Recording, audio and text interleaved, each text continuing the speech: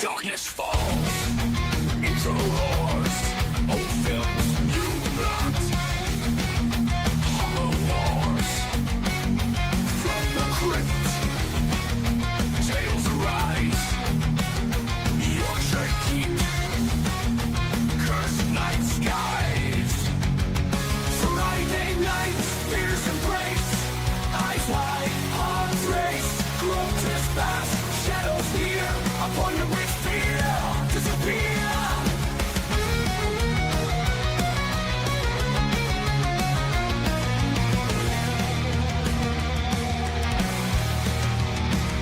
Specters haunt, screams at night. Vicious screams, endless fright. Legends told, torn to shreds. Your psyche, waking dead. Friday night, fears embrace. Eyes wide, arms race. Grotesque past, shadows near. Appointed with fear. Disappear, disappear. Specters haunt, screams ignite. Vicious screams, endless fright. Legends told.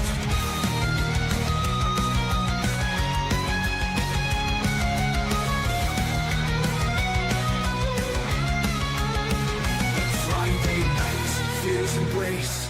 Eyes wide, hearts race. Grotesque past, shadows near. Appointed with fear. Disappear, disappear. Fears embrace. Eyes wide, hearts race. Grotesque past, shadows near. Appointed with fear. Disappear, disappear.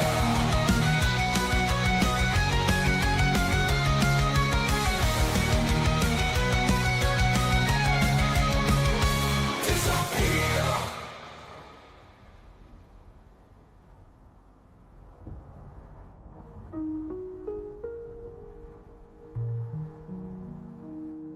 Evil laughs, bloody might, old and new, pure terror sight keeps with you.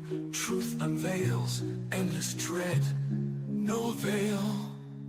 Friday night, fears embrace.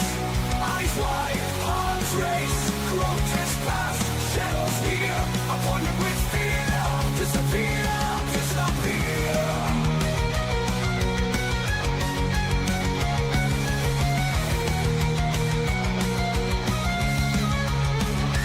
Disappear.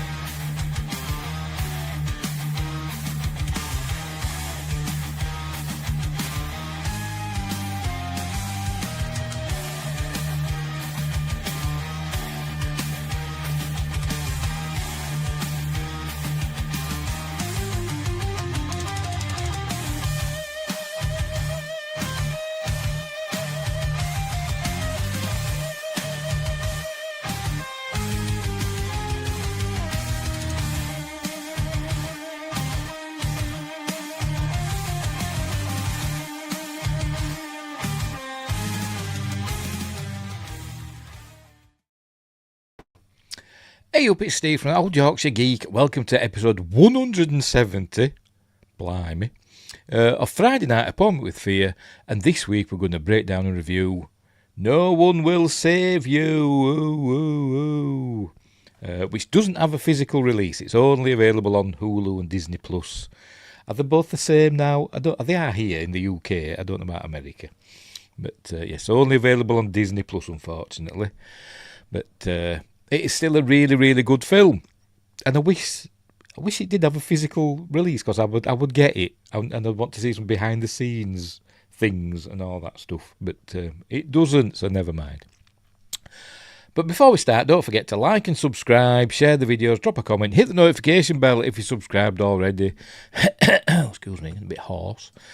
We're live on YouTube. Yes, we are. We're live on Rumble. Yes, we are. We're not live on Twitch, because I don't do that. That's nonsense anymore. Because I didn't want to get myself a hot tub. Anyway, what else? Explore the description for links for stuff like merch and me books. There they are. Amazon Kindle and paperback. Give them a whirl.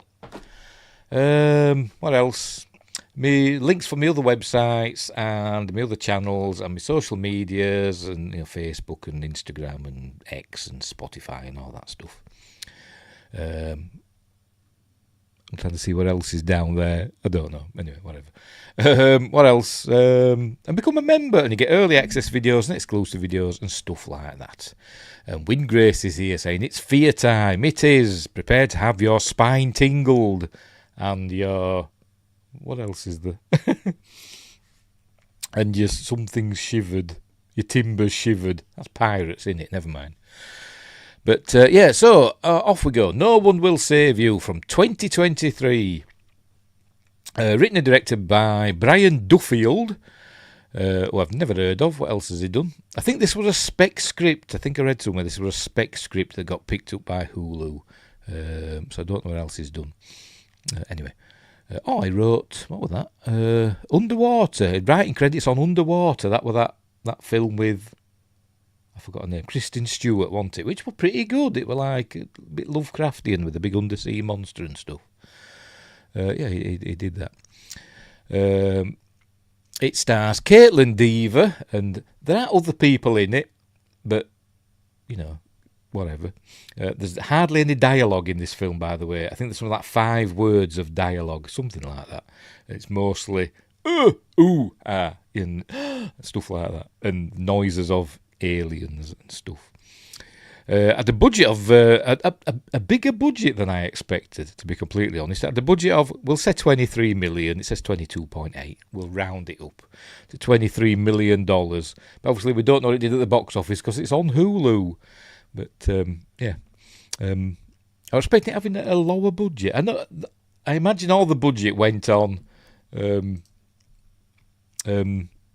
visual effects for the aliens and stuff, which are really good. Yes, Windgrace says hair raised. Yes, prepare to have your hair raised as well. And Justin's here with a $5 super sticker. What is the super sticker of? Oh, it's that. I don't know what it is. I can't remember. Is it a fox or a cat or? I don't know. Or what's the dog that the Queen used to like? What they call them now? So tip of me tongue. Never mind, doesn't matter. But thank you, Justin. That is amazing. Thank you very much. And Justin says it is a deep film. Yes, it's ambiguous, and it gives you a lot to think about. That's the one. Corgis. Yes, corgis. Yes, it could be one of those as well, but I doubt it. Where were we? Caitlin Dever as Bryn, and there are some other people. There's no big stars in it, and several aliens of various sizes, which we'll get to.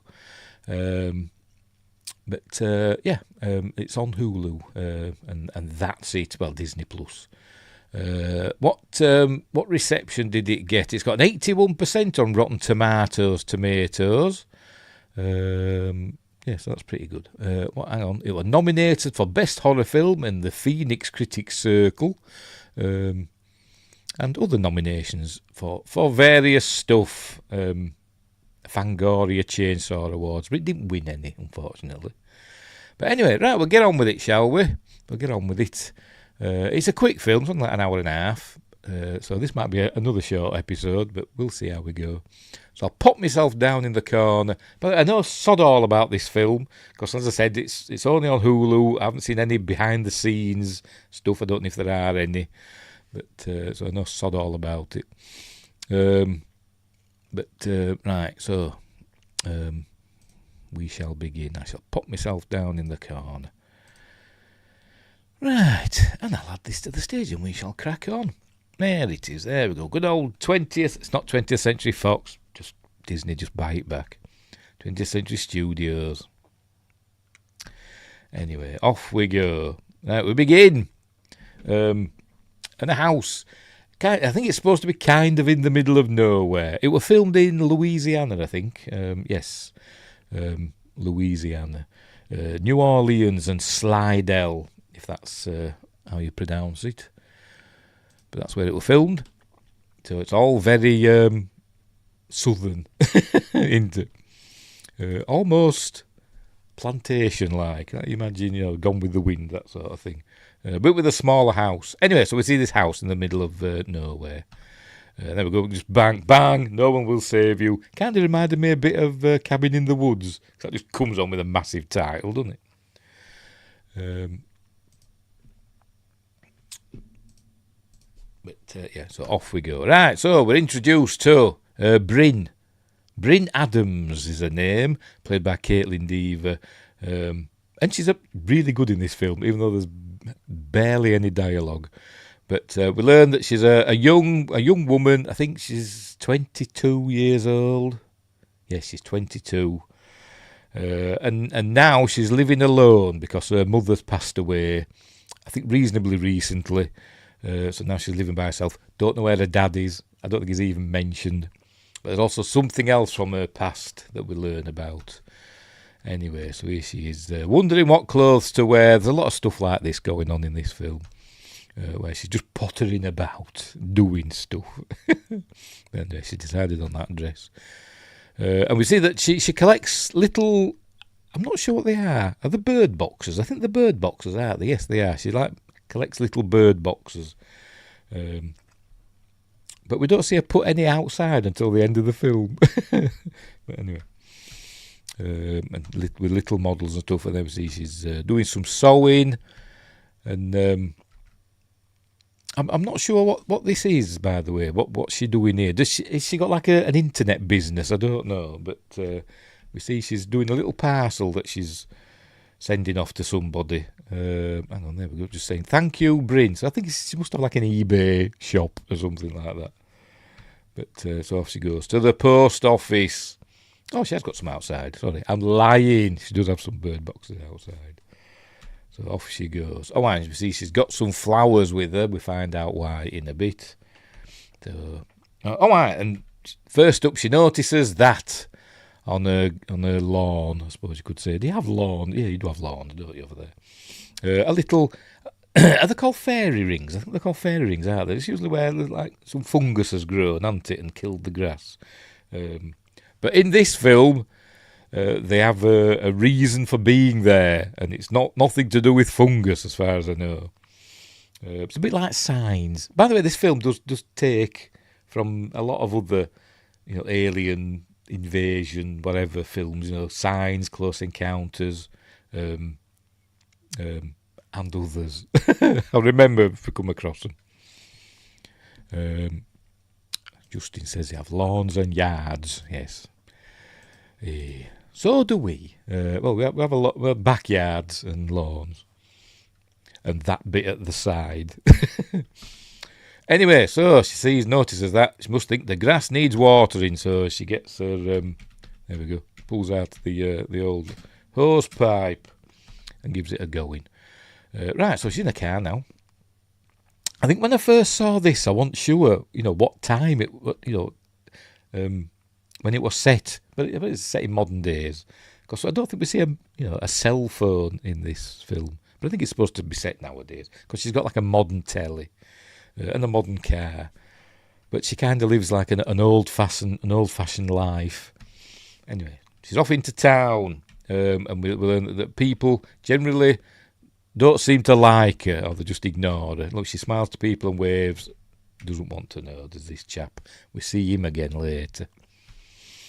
Right, so she is driving into town. I'm guessing this is, what did they say it were called? Slidell in Louisiana. Yes, Slidell. Or Sliddle, I don't know. So here she is, I presume she's going to the post. Oh, my, she's... You'd think they'd have a closer mailbox to post things into, wouldn't you, than, a million miles away in town. But anyway, so here she is posting the stuff off.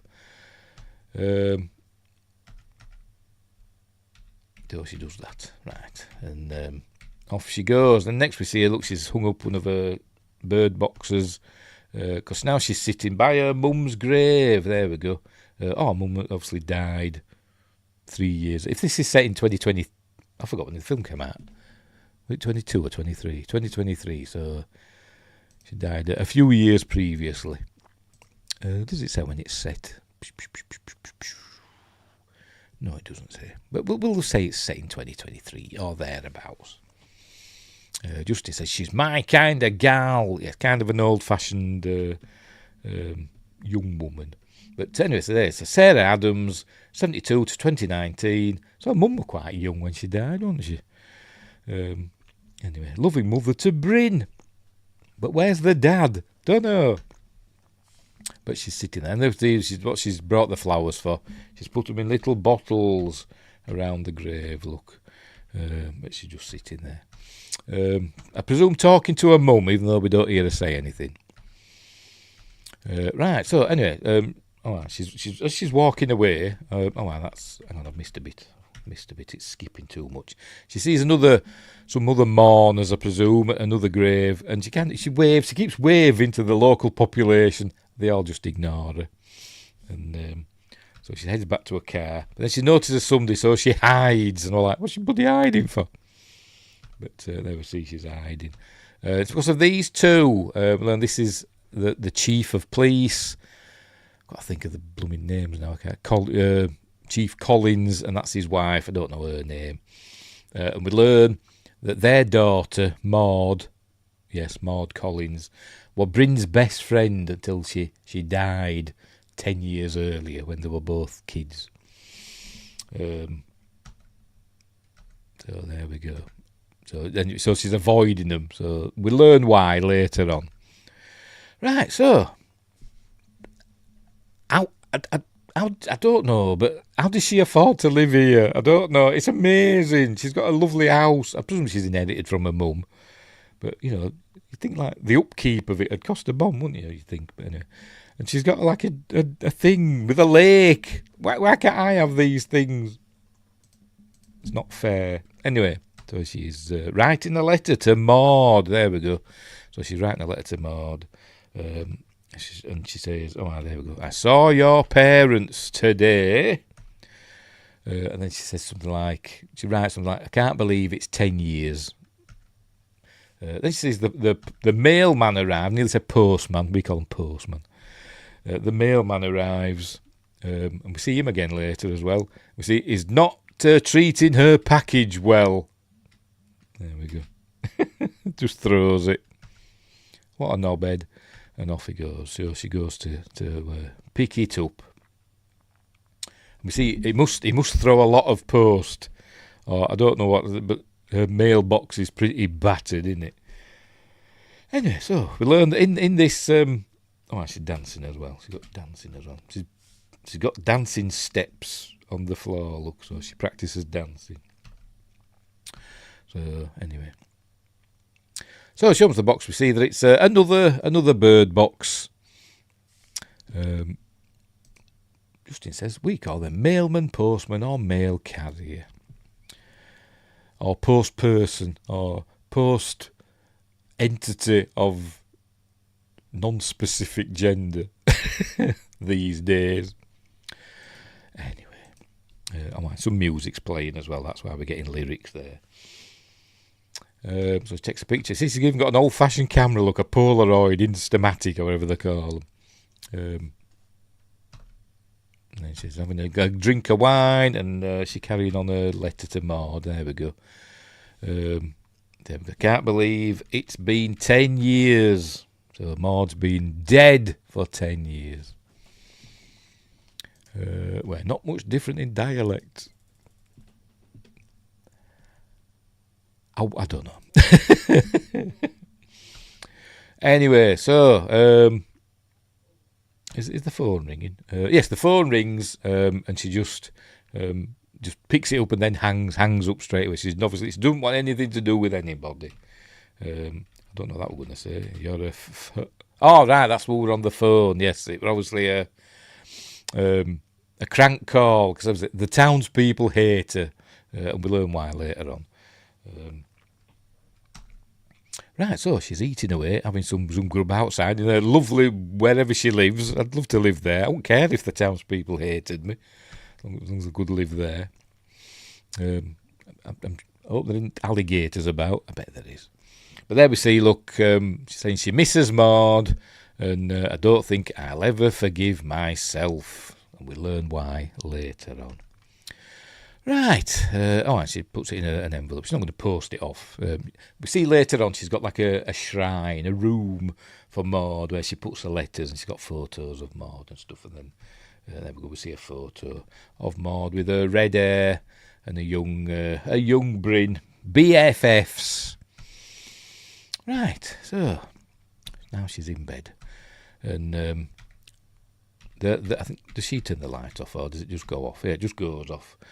No, what am I talking about? She turns the light off and settles down to sleep. And this is where stuff starts happening. Because all the lights suddenly come back on while she's fast asleep. And things are going on. It's kind of like Close Encounters, the bit at the beginning, when all the kids' toys start operating by themselves and stuff like that. Kind of reminded me of that. But anyway, so it wakes her up. She's wondering what's going on, and she hears a noise outside. Something messing about with the bins. Must be raccoons or something, or whatever they have in Louisiana, or aliens. But she wonders what's going on. So she puts her slippers on to check stuff out, and this is when it's all gonna start kicking off. Right, so she starts hearing footsteps and stuff, and then she notices the front door's open. I used to have this recurring dream when I lived in a different house. For some reason, I had this terrifying dream about the door just being left open all night, and nothing ever happened in these dreams, but I always had to keep checking the door. But anyway, it's happened for her in real life here. The door's open, and then we see the shadow of somebody. Look, she's, oh crikey, there's an intruder, and we see a shadow of somebody walk across here. Oh, hang on, I've missed it. I've gone too fast, buddy. Skip. There we go. There, look. Go on, move. There we go. There it goes. Somebody's in her house. Dun dun dun. Who could it be? We get a glimpse of a foot there. What's going on? So she's terrified, obviously, and so she goes she starts creeping back to her room, and obviously stands on the squeaky floorboard. Takes her shoes off. Silly woman, never take your shoes off. Anyway, then she ends up running for it, because it's coming to get her. So she goes and hides in her bedroom. She can't get under the bed. She checks under the bed, there's all boxes there, which would be like my bed. I can't get under my bed either, for all the junk that's under there. So she hides around the other side, and something's coming up the stairs, and she's wondering what to do. So she just hides, and this is where we get a first glimpse, proper glimpse of Thalians when they come in. Look, she gets under the bed the other side. There it is. Hang on, missed a bit when it comes in.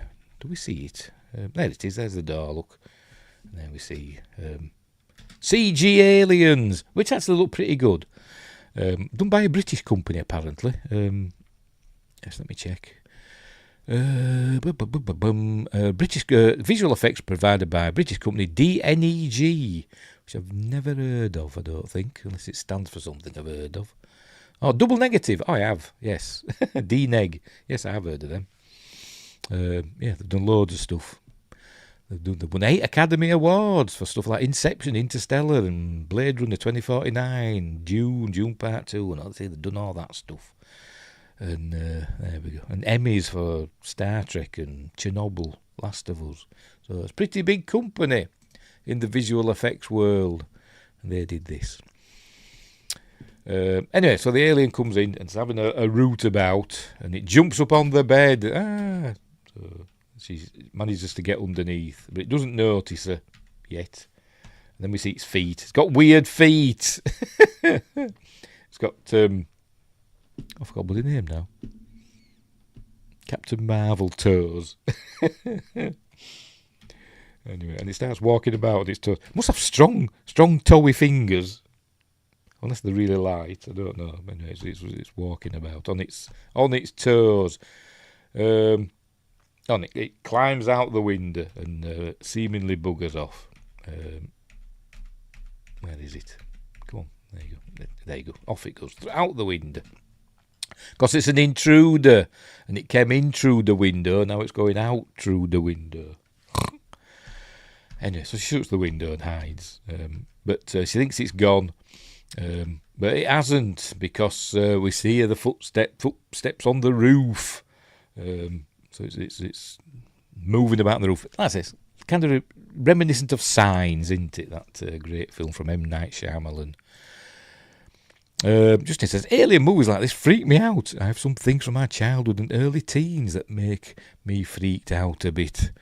I hope you weren't abducted by aliens.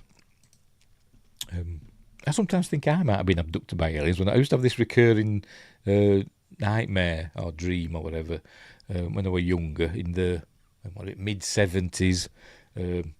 Well, I won't go into it, but there were strange figures in it. Anyway. Speaking weird languages. It's on my website, mercuryrapids.co.uk, in articles. Look up, was I abducted by aliens? Anyway, so she's in the footsteps. So she's wondering what to do. And suddenly she goes downstairs. And suddenly all hell breaks. All the things come on, and the TV and everything. And the record player, bursts into life. So she's wondering what to do. And see, there's this weird pattern on the TV. I don't know if it has any relevance, but it's on there. So she has to unplug it. And then she sees there's an alien coming down the stairs, I think. And it's moving about upstairs. It's come back in. Justin says, I believe I was, but can't be sure. You never know, do you? Never know. Wingrace says, if you were, hopefully you're ones to be saved. This is the year World War III starts in Star Trek. Oh, excuse me. Pardon me. And recent events make that pretty likely. We'll be fine. Don't forget, though, Star Trek also said the eugenics wars were in the 1990s and Khan Noonien Singh ruled a quarter of the Earth. That didn't happen, did it? She said, I don't want to share because people may think I'm a loon. I know, I'd shared mine. But that was just a recurring dream I had. Anyway, where were we? Oh, the alien. It's come back inside the house. So she's looking for things to use to protect herself. By the way, these aliens have like telekinetic abilities.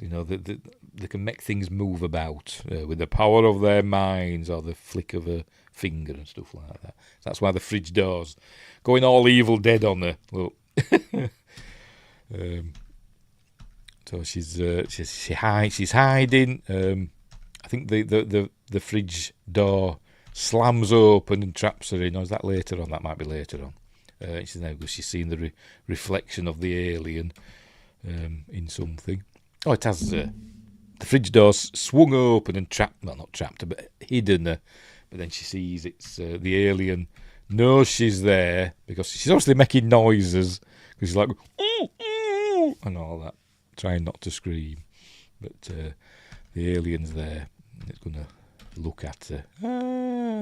Here it is. Hello. Hello. So she makes a run for it, but then she bangs her head. I can't remember how she bangs her head. What happens? I've forgotten. Keep going. What happens? She runs out. How does she bang her head? I can't remember. Does something knock a fly? Oh, yes, it's the front door coming off. I couldn't remember. I only watched it this morning.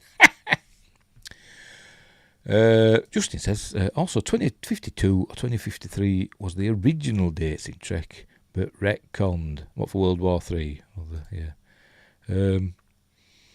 I know in Star Trek First Contact, when they went back to 2063, they said it were approximately 10 years after the Third World War, didn't it? But I don't know how long it had gone on before 2053, I don't know. So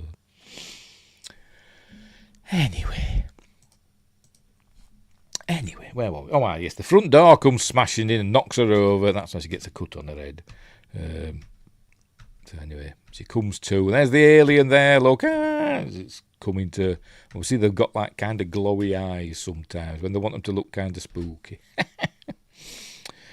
Anyway, she picks something up, and there we go. The alien moves her about with the power of its mind. Look, it's dragging her about, and it lifts her up. But she swings out. You see, she swings her arm round. She's picked something up. I think it's part of one of her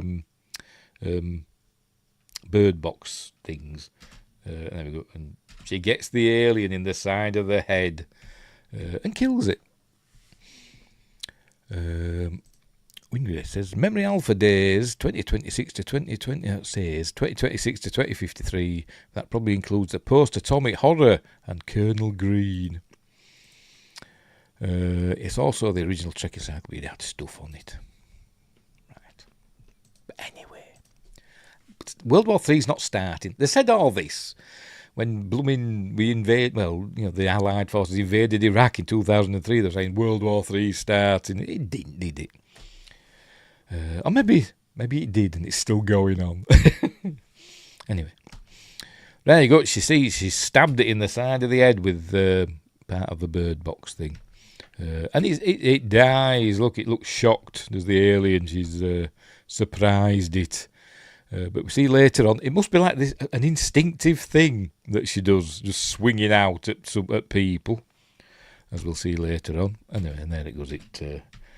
It falls down quite dead. So she's taken one out. Apparently, I think the body count's 7 in this film. What is it? Where is it? I've seen it somewhere. Where have I seen it?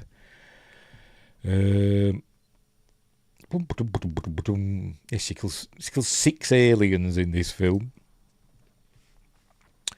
World War III isn't lasting 20 years. You wouldn't think so, would you? You wouldn't think so. Anyway, where were we? Oh, aye. So she's. This looks a bit like. I forgot her name now. Oh, the girl. She looks like a potato. She's been Game of Thrones and The Last of Us. She looks a bit like her there, doesn't she? Only not hideous. I'm horrible, I know. Anyway, I think she falls asleep or whatever, or passes out, and she wakes up. Sun's come up. See, she's got broken glass in her foot. She thinks she's John McClane. Shoot the glass. But anyway, there you go. She wakes up. She sees the alien's still there, dead. It wasn't all a dream. So she goes and covers it up. She gives it a prod. She covers it up with a blanket. And she's going to phone the police. She dials 911. But she don't get through. Just weird noises on the phone. So she hangs up again. And none of the electric's working. So that's why she's checking the fuse box. Even the car won't work. She goes out, checks the car. The car won't start. So she freaks out a bit in the car.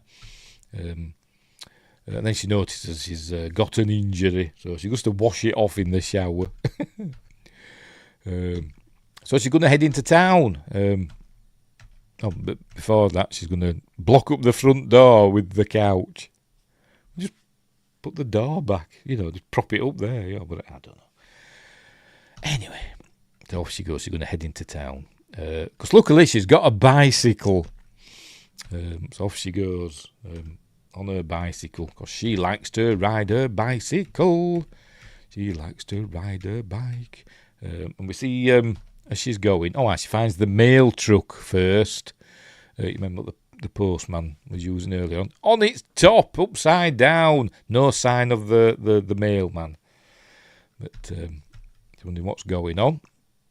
This is when the neighbour's house seems to a bit smashed up, stuff outside and all that. So things are going on in the neighbourhood. Yes, bicycle. So she's wondering what's going on. Then she notices they've got one of those rings on their lawn as well. And then we start seeing, get a pull back. I'm seeing there's lots of them, and we see that they're all over the area.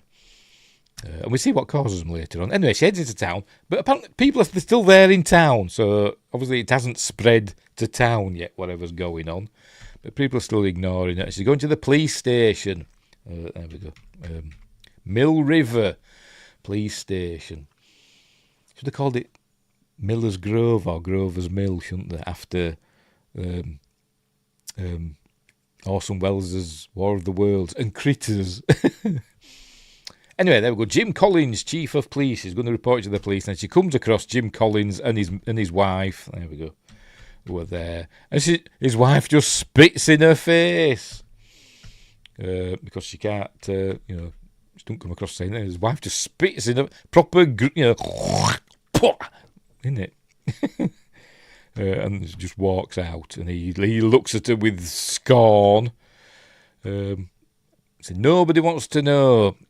And when we learn what happened later on, I don't understand what happened, but, the aftermath and all that. I know everybody hates her for what happened, but anyway. So, she goes back outside and gets her bicycle and has a little sob against a wall with a red-haired woman. Who's that's supposed to remind us of Maud, because she had red hair, didn't she? And so she's having a little cry. But anyway, so she's going to leave town. She goes to the bus station and buys a bus ticket. I don't know where to.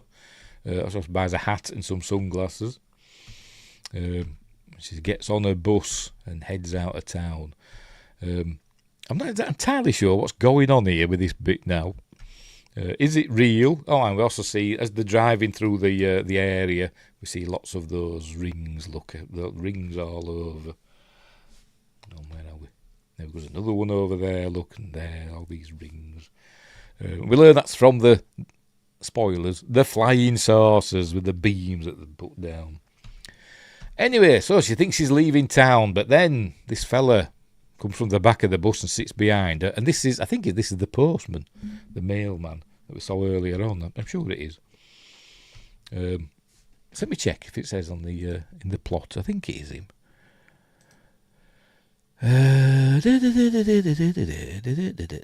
Brinfleet town. No, it doesn't say. It just says several passengers attempt to restrain her because they're all going to attack her, and we see that they've got something up with them. But I thought this fellow was the postman. It might not be then. Just might be another chap. But anyway, he's going to try and stop her, and we see when she gets a look at people. Hang on, he's going to show us. Here he is. He's going to show us. I might have shown us earlier on. There's something wrong. We see when they show the throats. There we go. See his throat, and he's got a weird thing going on with his throat. We learn that these aliens put like a parasite in you to control you. So it's a bit like Dark Skies in that manner. But I don't know if the parasites are part of the aliens that we see, because there's all different sorts of aliens in this. They're all more or less the same, but different sizes and slightly different shapes and stuff. But they have these parasites in them that they regurgitate and put in people to control them. So I don't know if the parasites are the real rulers, like the ganglions in Dark Skies, or what, I don't know. But anyway, see, he's got one of them. So they're all trying to stop her, but she gets off the bus, and they haven't got very far. So she just runs back home. And also all around through the trees and stuff like that, we can hear like screaming. It says on the subtitles when I watched it on Disney Plus earlier, it was saying "victim screams in distance." I don't know if it says it on the subtitles. I don't think it does it? But So the people are getting got all over the place. Anyway, she hadn't run home. She's run to a church. There's this church. But she can't get in, so she just sits there. And it's good to see her. Maud's grave. There go Maud Collins, our beloved daughter, 2000 to 2012. So she was 12 years old, so that means... So we guess that Bryn was 12 years old at the time as well, so 10 years earlier, she's 22. So she's all sad. And then we see clouds are forming, so that's like Close Encounters. They're coming in the clouds of the spaceships, and we get a glimpse of a flying saucer in the clouds. If it shows it, it probably won't. I may have missed it. They're going to show it. Anyway, she's off running. In the clouds, you can see part of a saucer.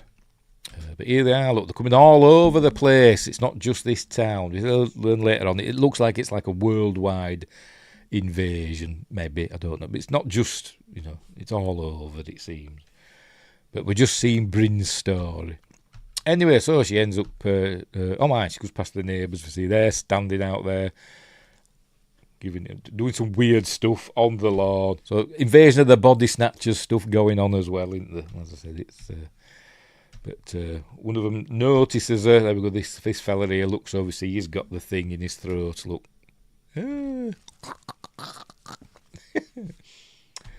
But anyway, so she runs home. She gets home finally, and gets in the safety of her house. See that alien's still there.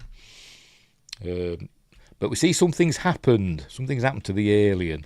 At first, I thought it had its head chopped off or something, but it hadn't.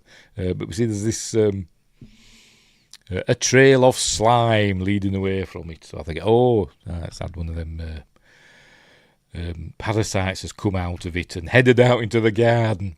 There we go. We see where it's emerged from. Oh, not playing. So she goes out to the garden to see where it is, but I don't think she finds it, because then we see clouds are forming, the coming of the aliens in their ships.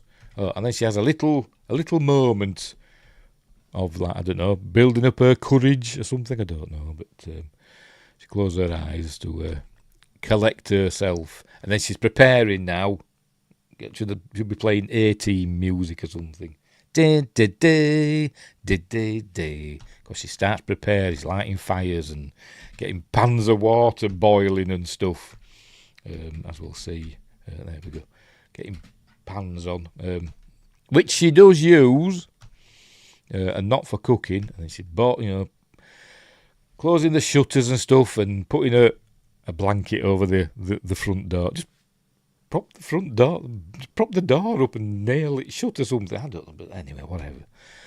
So she does that. Closes the curtains, because curtains will protect you. And, right, so. But the coming of the aliens, they're just getting in really easy, because they're using their telekinetic powers to make the nails come out.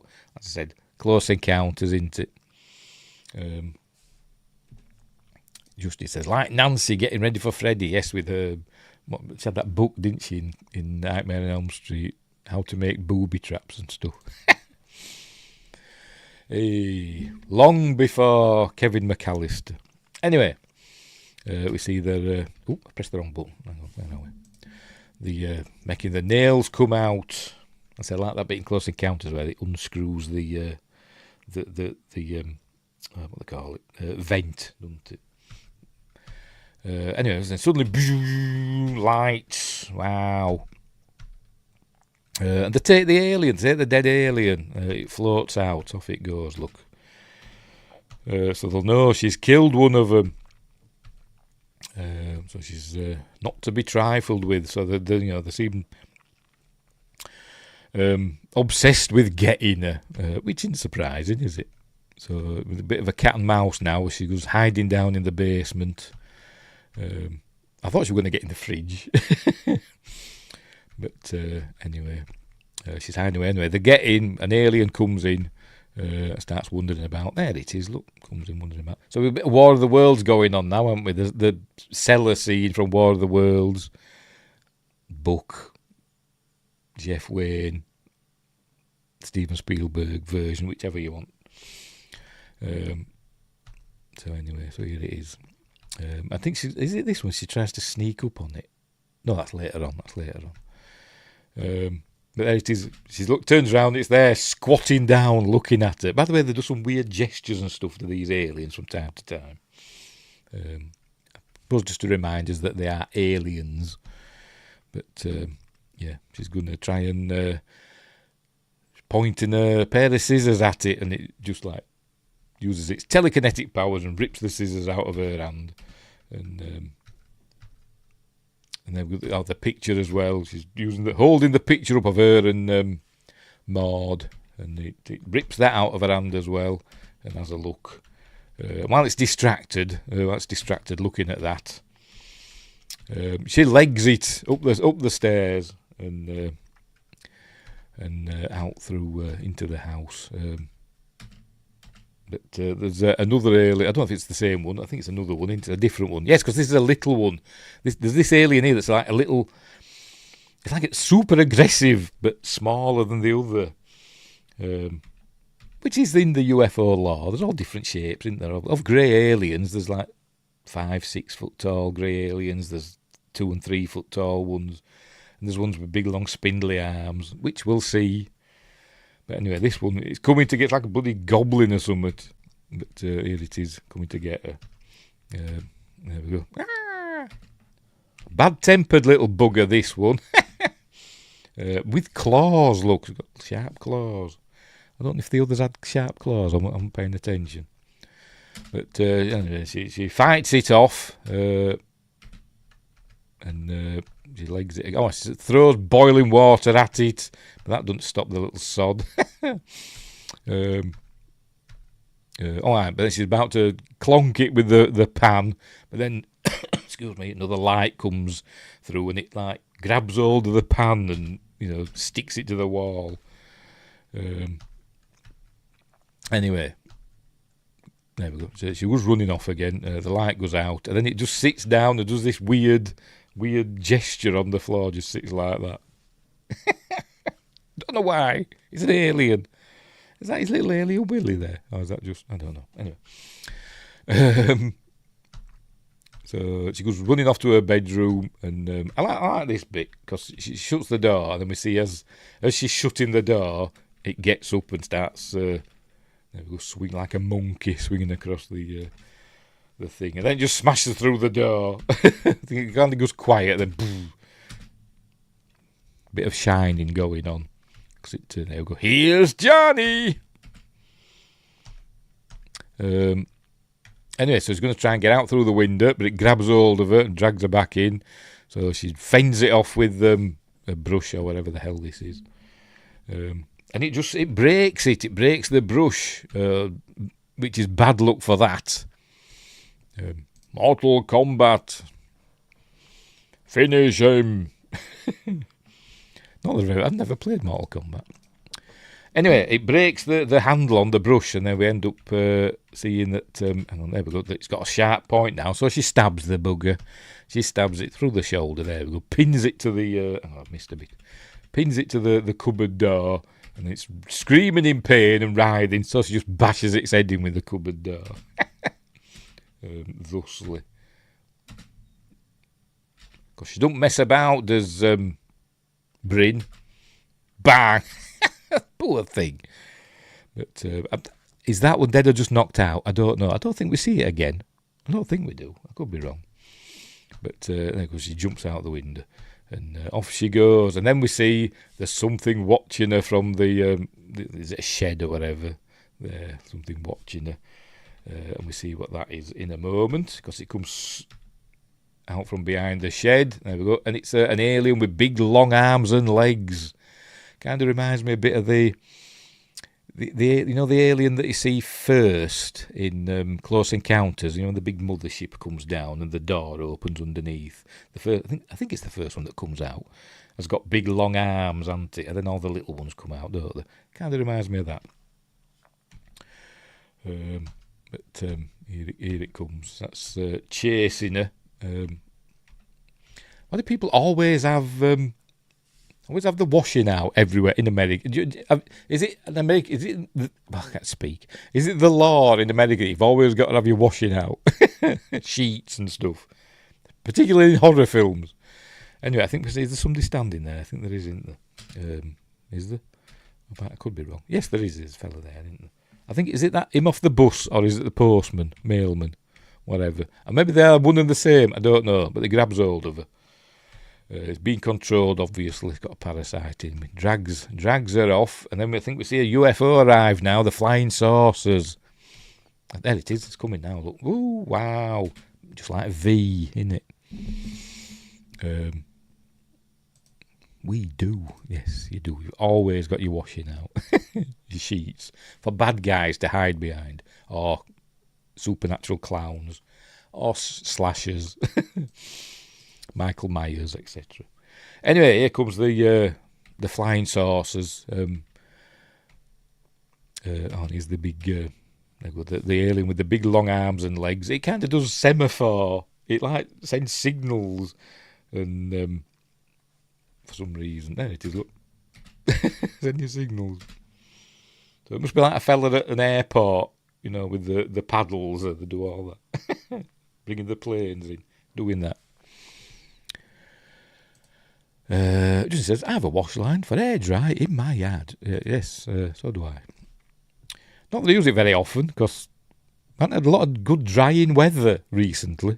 Thankfully, I've got a dryer. But anyway, it is signalling. And then we see, he's the postman. Look, it is, isn't it? There we go. And we see that the weird. This kind of reminded me a little bit, but not much, of the entity. I don't even know what it was. Was it a ship or something alive in that film Nope, which were okay, but not that good. But we see that they use like weird sounds and stuff. I'll show you. That's it. Bit kind of Close Encounters here, but without the music. Anyway, they're going to take her up. There we go, the beam. But she fights back, obviously, and I think she kicks him or whatever. So give him a good kick. And he falls into just as they activate the beam. There we go. So he's trapped in there. And I thought he was going to get cut in half. But he don't. But they start bringing him up. I think they're expecting her. But he's in the beam. And then they shut it off and he just falls to the ground. Obviously realised they got the wrong one, and so he doesn't look well. I'm not expecting him being cut in half, but he ain't. Really disappointed. Anyway, so it carries on doing its weird stuff. Because they're aliens and inscrutable. I don't know if we see him again, I can't remember. Do we? I don't know. Is the thing going to come out of him? I don't know. Can't remember what happens. Anyway, here comes this thing, chases her. Chases her a few times in this film, there's that. Off it goes. Chasing her through the woods.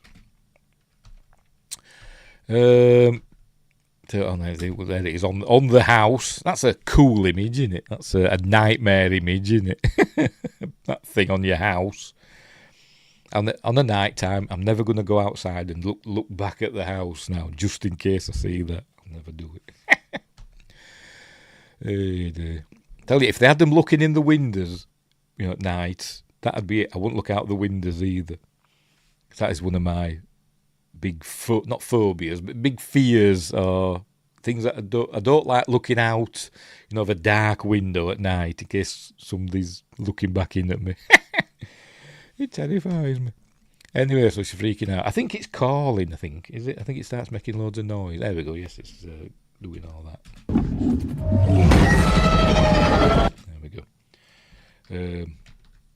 So it's obviously calling to the others. Doesn't it have a communicator? Obviously not. It's super technological, but they're walking around naked and they don't have any equipment with them, do they? But they've got flying saucers. Anyway. Right, so here it goes. It's chasing her. And why does it fall off? I don't know. I can't remember. Why does it just slip? It looks like it, doesn't it? How bizarre. Oh, right, so it gets up and it's going to get up and it chases after her again, but she goes through the car. Here it comes, doing a bit of a spider walk. There we go. So, reminiscent of Exorcist. I told you, there's loads of films, things that remind you of Linda Blair in The Exorcist as she does the spider walk down the stairs. This is doing that, isn't it? There you go. But she goes through the car, and it comes through the car after her. Like that. But it gets trapped. It's stuck in the car now. It can't move. And if you remember earlier on when she was doing the getting ready in the kitchen, she had the cooker lighter thing. There you go. She's got that. She sees the car's dripping fuel. So she lights the fuel, sets the car on fire, and off she goes. And the car blows up. And then we see it did blow up, honest. There we go. Boom. And the alien, I presume it dies, it's burning to death in the car. Anyway, so it's like, I'm an alien killer. Then the beam comes, and then does it get her yet? No, she's running off. It goes chase even into the house. It doesn't, the house isn't even safe. It can go through the walls, can the beam. Anyway, she ends in, I think this is where her shrine is, the Brinny Bird room. She goes in there, hides in there, and other aliens come. There it is, coming in. She's hiding in there, behind them boxes. And she's going to try, there we go, we see all the letters she's written to Maud. Right, see if we can read some of these letters now. Because it has been a rough few weeks. I have not been motivated to do anything. That's my life. I just keep thinking about you. I am sorry, love, Bryn. I don't know if it shows any others. I can't really make any out. There's a bit there, but I can't really make it out. Does it show it? No, it's going the wrong way, isn't it? No, can't see it all. I don't know if we can see any others. But yeah, you can see she's sorry because of what she did to Maud, which we'll learn later on. Anyway, so the alien's seeing all this stuff. I don't know if you can read them, but it's looking at the pictures that she's got up of Bryn and Maud. So it's learning about human friendship and stuff like that. So it's looking at those intently. But she's going to sneak up on it. As we see, there we go. She's got is it a trophy or something? It's like a trophy, doesn't it? She's going to bash it over the head with, but... there we go. The alien stops her and throws her through the wall. Like that. So she'd have a broken back and everything, wouldn't she? But obviously she's fine. Just covered in dust. So there we go. Oh, she goes into this other room. And suddenly, I don't know what she's doing. I think she's going to jump through the window or something. Then this red light comes and it freezes her. She can't move. She's stuck in space, and then it starts just throwing her up and down in the room. They were making her go to the ceiling and smashing her down to the floor, and then back up to the ceiling again. And then an alien comes in and looks up at her. Here it comes, looks up at her, and that's it. I think they're more curious about her now, even though she's killed a couple of them. I think they're curious about her. Anyway, then it regurgitates one of those parasites that are inside. I'm going to call them ganglions. Like that, them things from Dark Skies, aren't they? So here it comes, and it's going to go into her. There it is. So in it goes. There we go. So now she's it's gone in her mouth, and she wakes up screaming. Oh no! Was it all a dream? She wakes up, she's wondering what's going on. And she's like, oh, it was a dream. Oh, it was a dream all along. But if you notice, it's all kind of hazy and J.J. Abrams' lens flary. So there's kind of a dreamlike quality to what's going on here. But she goes out. What does she see outside? Is everything okay outside, I think? Does it show us? I don't think it shows us what's outside. But she looks out. She's obviously noticing everything's back to normal outside.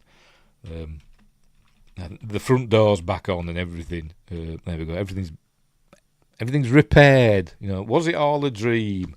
And then she goes in there with all the stuff's there. And then a grown-up Maud comes in. There we go. She's like, Maud, oh. So she can't believe it. I mean, no, it's Maud because she's got red hair. Look, but it's a grown-up Maud, a 22-year-old Maud. And she says, one of the few lines in the film where she says sorry to her. There we go, I'm sorry, Maud. But you can barely hear it. In fact, I don't know if it... Can you hear it? I don't know. It's just mouth it. I don't know. I'm sorry, Maud. Yes, that whispers it. But, and that's about... There's that another couple of lines and that words, and that's about it. But anyway, so she sees that. All right, but then she realises something's up. Maud's supposed to be dead. How can she be here? It's obviously the parasite doing something with her. So I don't know if I could do this, but so in the real world, she takes action somehow. I don't want to. There we go. She shoves her hand down her throat. I mean, you can't get your hand in your throat, can you? I mean, well, some people can, but you tried swallowing your own fist, but it's all gone in there, hasn't it? I mean, look at it. There we go. She shoves her hand down her throat, grabs hold of the parasite, the ganglion, and rips it out. And then we see everything's back to normal now. We're back to the real world. And she's got the creature, the whatever it is, in her hand. I think she kills it. I think she... Or does it run off? Does it scurry off? I don't know. But anyway. Oh, no, it scurries off there. The light appears. And I think it's going to go into somebody else. I think we see somebody appear. Somebody like beams in or whatever behind as she's looking. And there we go. And it's like going into somebody else. And I can't remember who it is. Does it show us? But I think something goes wrong or something. I can't remember now. There we go. We see... It might be her, actually. Is it? Because we end up seeing two Brins. I think it is, isn't it? It's like a copy of Bryn, and it goes in there. Anyway, and there we go, we see what's happening. Look, there's loads of flying saucers everywhere, beaming their lights down and stuff. So, it's an invasion, a full-on invasion, it seems. Anyway, she's off running through the woods. Great cinematography, by the way. Lovely, shafts of light in the woods. But she's going to get chased, I think, by that alien with the spindly arms in a bit. Oh, yes, but then we see the other Bryn, the one that's not quite as dishevelled. Yes, it's the doppelganger, yes. Harbinger of death, and we see why in this, because she comes up to her, this other Bryn. Oh, there we go. Oh, God. More words. And this new Bryn stabs her in the stomach or in the torso somewhere. There goes, stabs her, looking vacantly on. Is she real? She must be, because we saw her appear in the beam. So these aliens can obviously recreate, replicate human beings. But obviously they're not the same, because she's kind of not all there, is she? She's just being controlled by the ganglion, but there's no Bryn in there, is there? She just looks like Bryn. Why would they do that, though? Just to put the real Bryn off? I don't know, but anyway. She stabs Bryn, but Bryn's got another thing up her sleeve, which is, I don't know if we saw it earlier on. I don't know if we saw it. She's got a box cutter, Stanley knife we call them here, but she's got a box cutter. And she stabs, she slashes at fake Bryn across the neck. And there we go, cuts her neck open. So she dies, there's fake Bryn. So she's like, oh no, what's going on? I've killed you. She's been all sad. And I think the tall alien comes again now, I think. She goes running off. Remember, she's been stabbed, by the way, but she seems fine. There we go, the big tall aliens there, starts chasing her. But she gets got this time. The beam her up, they take her up into the ship, and the aliens gather round and study her. They all go into her mind, like that. And then we get a flashback of what happened with Maud when she was a kid. And she's watching it all. We see her mum there, and young Bryn doing their bird boxes, dolls' houses, whatever. And then she goes outside, and we see there's Jim Collins, looking all unhappy, and there's police cars all over the place. And we're going to see what happened. We see young Maud and young Bryn out in the woods having an argument about something. I mean, I don't think we ever find out what. But they're obviously having a row and falling out over something. And Maud pushes Bryn over. There we go. She pushes her over. She falls over and picks up a rock and smashes Maud round the head. Here we go. Smack. There we go. And that kills Maud. So she's like, committed manslaughter, I suppose you could say. She's hit her with a rock and it kills her, which is why Jim Collins, Maud's dad, and his mum, obviously, don't like Bryn. But they don't really say what happened next. What happened to Bryn? Yes, it's just a kid argument that's kind of got out of hand, hasn't it? That it's a tragedy. Obviously, she didn't mean to kill her; she just lashed out. But we see she does have a tendency to lash out. She lashed out at the alien, which is fair enough. But she just does anyway. Whatever. She reacts, doesn't she? I suppose you could say. Yes, it went horrible, and but we don't know what happened to Bryn after this. Because she was only a kid, was it just put down as a tragic accident, or was she sent away? I don't know. Anyway, but there we see that, and so we learn that the grief that she feels all her life for all that. Then she sees that grown-up Bryn sees young Bryn starting to write the letters, dear Maud and all that. There we go. And the grief that she's felt for 10 years. And remember, the aliens are watching all this. Justin says, yeah, just a bad accident. Yes, like I say, she didn't mean to, did she? But it still happened. And then so she goes out and puts her hand on young Bryn as though saying, it's okay or whatever. I don't know. But you've got to forgive yourself. Maybe she's thinking that. I don't know. As I said, they're leaving it. It's open to interpretation into what you think's going on, but she's putting a calming hand on young Bryn, and there we go. We see them all looking at one another. I think she's crying as well. Is Bryn? I think we see tears. We may see tears. The alien shed a tear. I'm not sure.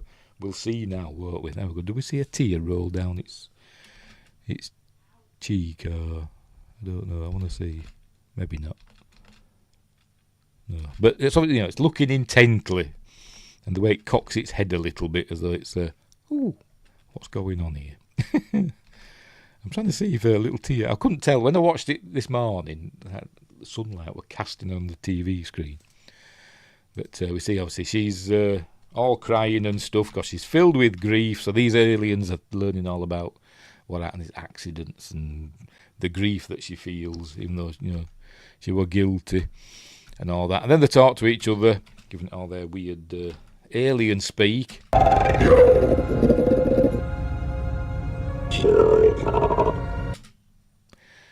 anyway, this bit actually kind of reminds me a little bit of the end of AI, artificial intelligence, in that bit where I forgot the name of the kid now.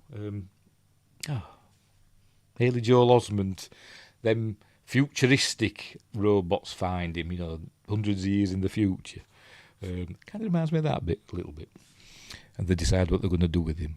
It did affect the aliens. Yes, like I said, they've come to some conclusions about.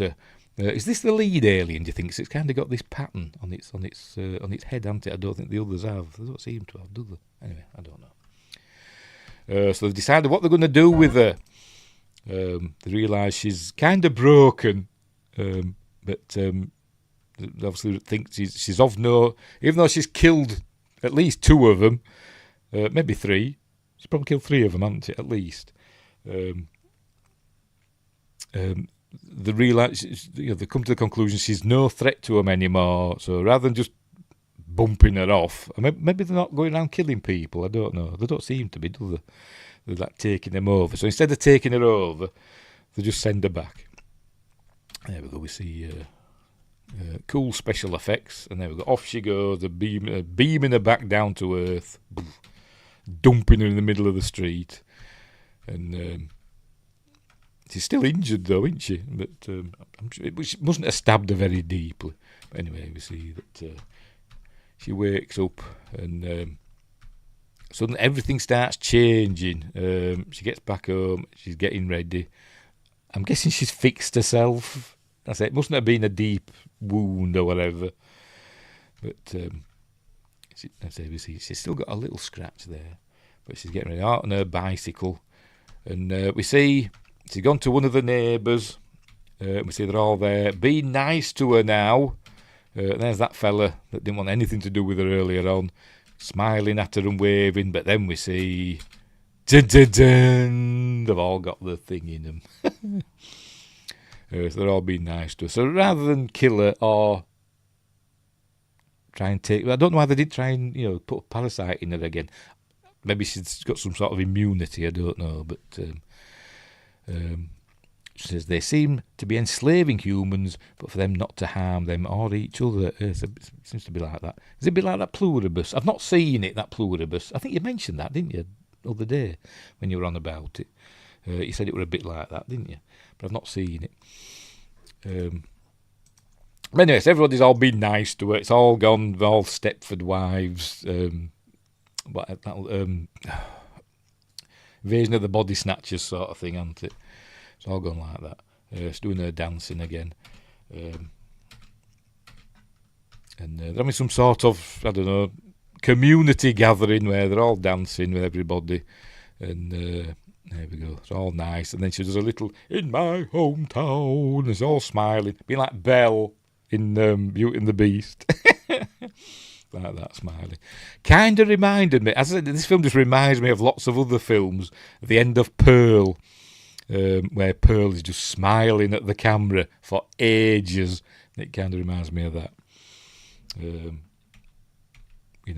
Is she genuinely happy, or is she just putting on a brave face and thinking, I'll just put up with it, biding her time. I don't know. I think she's. When I first watched it, I thought it were all in her head. I mean, some people have said, is it all in her head? They've implanted these memories, but then why would they show that people with the parasite in the throat? So it is real, what's happening. The director said it's real, hasn't he, in the interview? It is really happening. They've spared her for some reason, because I think she must have some sort of immunity to the parasite, so they can't control her. So rather than control her, they're just letting her have what she's always wanted, the acceptance of the townspeople, and all that stuff. But I'd have thought that they should have made her mum come back or something, or maybe that wouldn't have worked, because they made, even though I think that was in her head, but they recreated her, didn't they? They did like a copy of her, but they thought they'd done a copy of, I say, Maud or her mum or whatever, but they haven't done.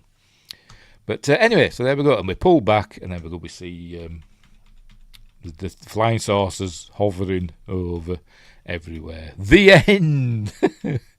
But so the Earth has been taken over, it seems, by aliens, and then the film ends. So there we go. It is a really, really good film with barely any dialogue, and yes, says Justin, a very good film. It is.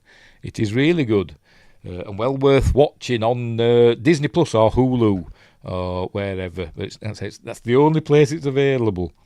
It's not on Amazon or YouTube to rent or buy, and it's not on physical media, which is annoying. I want it on Blu-ray.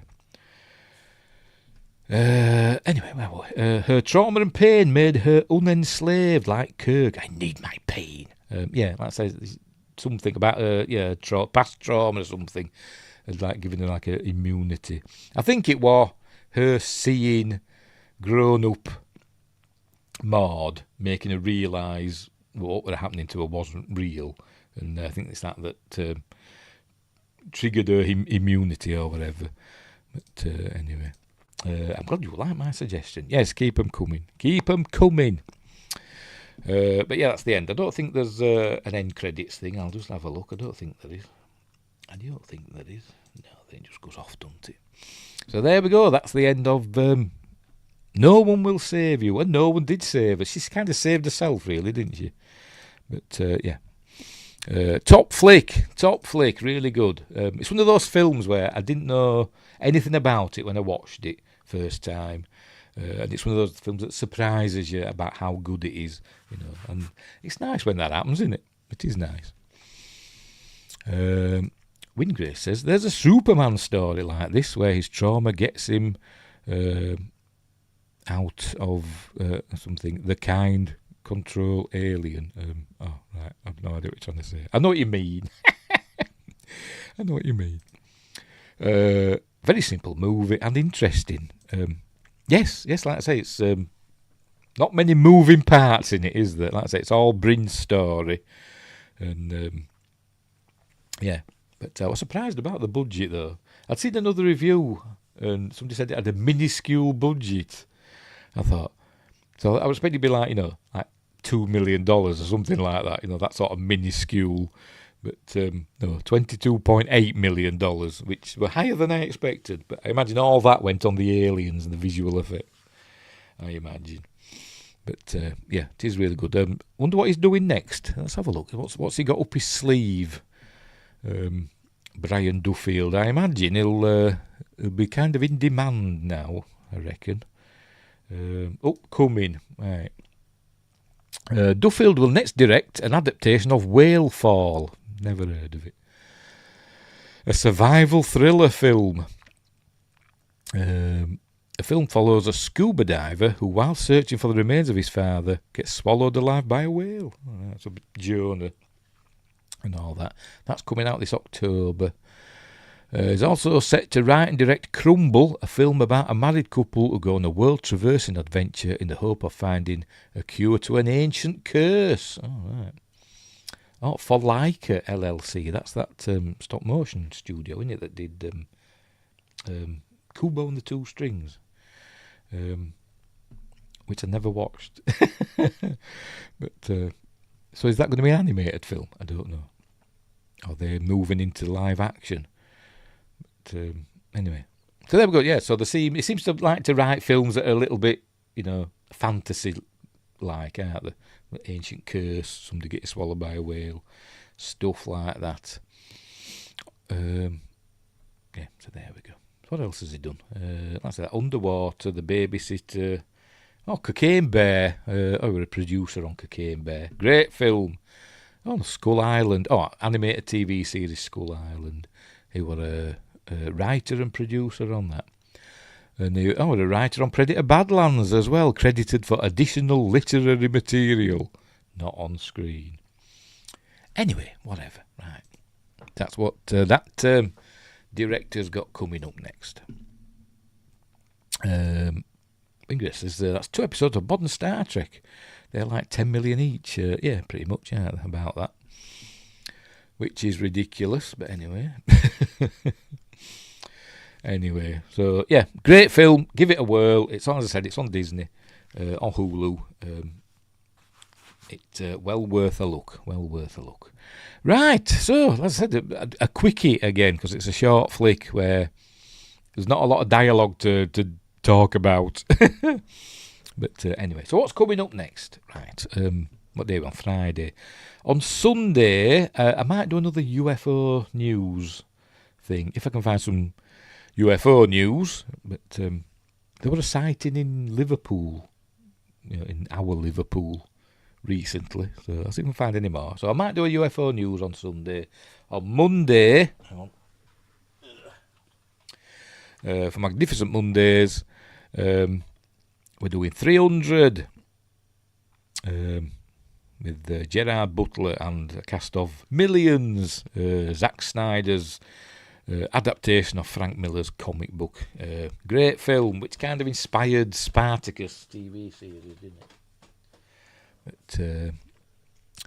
it? But a movie for Monday would be Life of Pi. Trying to work. Would it?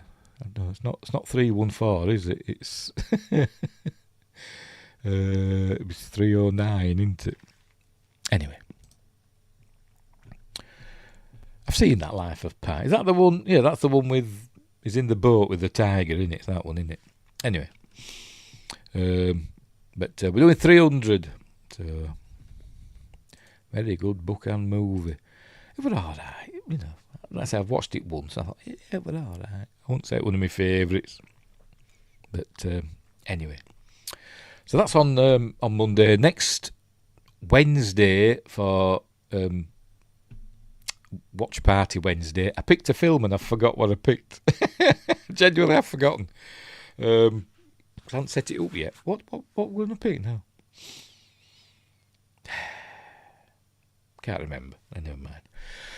I will think of something else.